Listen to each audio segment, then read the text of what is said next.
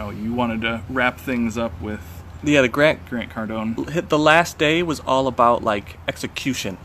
I would say that's probably our strength is execution.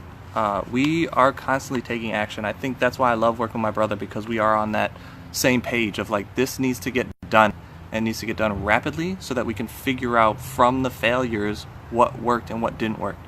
He pointed out something too that said like, failure is good as long as you don't let it stop you from moving forward. If you fail and you stop, then you quit, and it's not good to quit. That's why people view failure as a bad thing. But failure by itself is not bad.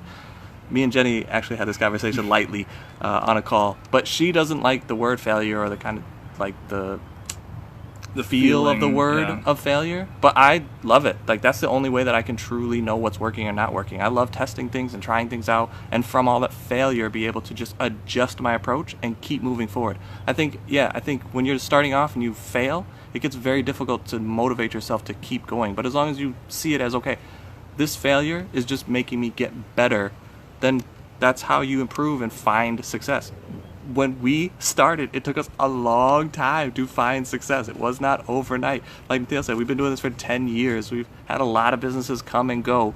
Merch was the first thing. It was like, okay, this is both of our gifts. We can finally use both of our gifts. But it still was a long time of learning and failing and testing and trying.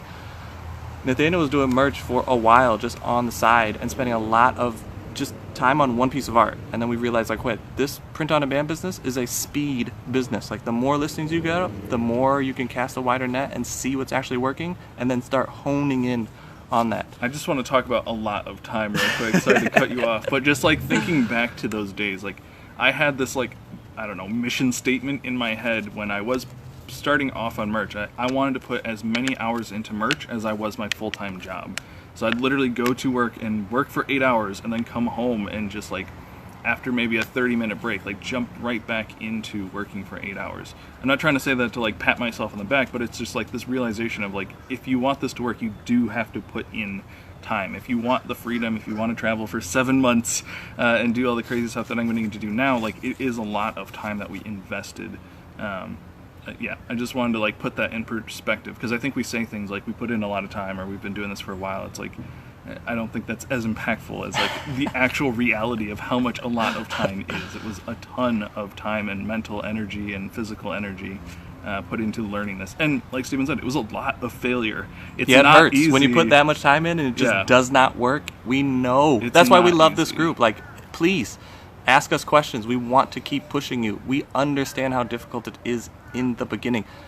I know Nathaniel hates that like hustle and grind mentality, but at some point, like, you have to do that. I don't think it's how you run your business forever. I don't think you need to be in the grind, but I do think it should be a chapter in your growth period where you just, hey, we got a whole bunch of things going on. I have a full-time job. I got kids, a wife, house, car, all these things, but I need to cut out time to make sure that this stuff gets done. This is the grinding period. This is where it sucks.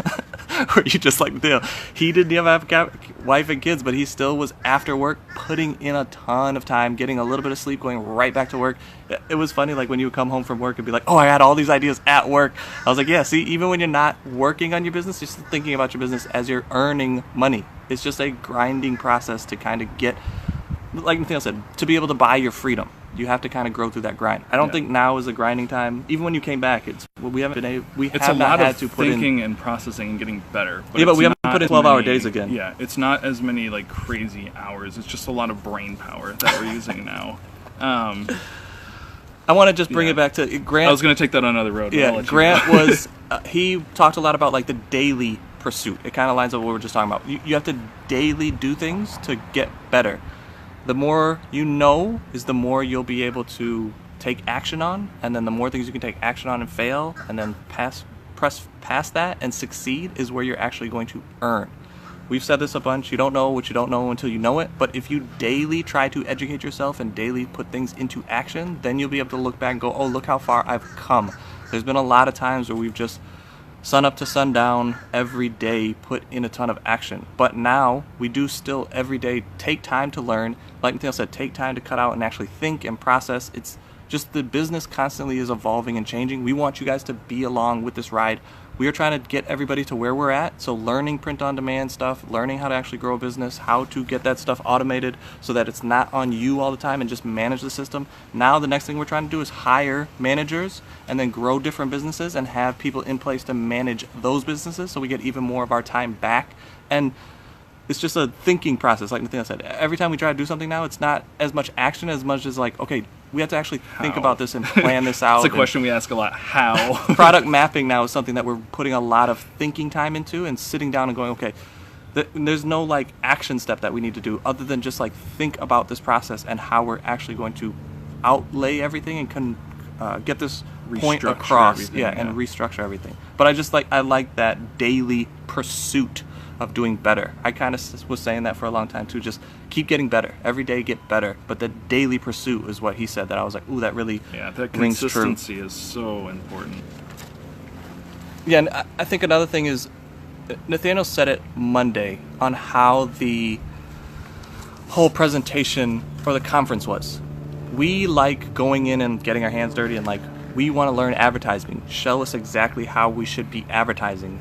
And it was like a lot of advice, and they even addressed in the beginning, like, we are talking to 30,000 people. It's hard to give you exact advice, but we're going to give you general advice. Some of it is really good for you, some of it's not good for you, some of it you're going to have to go home and look more into, but the advice that we're giving is to the masses. And I kind of feel like that's what this group is. We have a lot of advice. We can tell people, it's probably okay. We can tell people what to do in general, but until you have one-on-ones or smaller groups, that's why we really like teaching in smaller groups to cater that information. This group is just going to be more general advice. The Wingman 5-step test is really good. There's other things that we talk about, but there's some times where we say, oh, do it this way, and that's more geared towards the masses than maybe you specifically in your position. And I think from my point of view, I'm mostly talking to analytical people. That's kind of how I answer a lot of the questions. Nathaniel comes from the art point of view. But if I know your business, then I'll be able to answer a very specific question that really helps you. But it's hard to do in this group. So as we grow, I don't want anybody to get lost to go, oh, that advice used to be really good, but now it's kind of not as pertinent to me, because we have a bigger vision for this. It's not just going to be merch, it's going to be a lot of things. People are going to be asking very specific research questions, and it's going to be kind of hard to answer because each platform is a little different. I'm going to try to be addressing those in general to everybody, and I'll try to make a point of going, this is my advice from these perspectives, and if this is you, then it's good for you. If it's not, then it's just my general advice. I think that's why I really am enjoying this 100 products in 6 weeks. It's a very tight group, and we're leading them down this process, and every question that I'm getting asked, I can answer it very detailed to them in a very specific point in time, because we're showing them. Like, talk about the purpose of this 106 course that we're going. I don't know if we've talked about that in this. It's a method that me and Nathaniel have been doing. It's kind of what we built our business around, is like the earn as you learn. I was running a ton of ads. We were doing a lot of different businesses, but with this method that we've kind of come up with is use merch, use KDP, use all these platforms to get a good knowledge of your customer base, and at the same time earn money from selling those individual products on those individual platforms, to where you can go, okay, I understand these customers, they buy these types of art, they use these types of keywords, they like these types of products. Now I know I can go in and really target this customer base and profit even more because I know exactly what to give them. That might sound overwhelming, but it's not as much work when you do things in a system. It could be really overwhelming if you're doing research for each platform, to doing art for each platform, but Steven's found a way to tie kind of all of that stuff together. So that's what we're teaching on. It's not to say that this, like, everything that we were doing. Yeah, it's not to say that this course is like super overwhelming. There's so much knowledge like baked in to this. You're going to be like drinking out of a fire hose. Like, we've broken it down, I think, in a very strategic way to make it so you guys can follow through this. But I just don't want someone who's like, okay, I'm ready to learn like one extra thing, and then take on all of this information. Like, oh man, I just signed up for like 12 different accounts. So we just want you guys. Well, I want you guys to know, like, if you're more minded like me, just think about, like, is that something I'm ready for?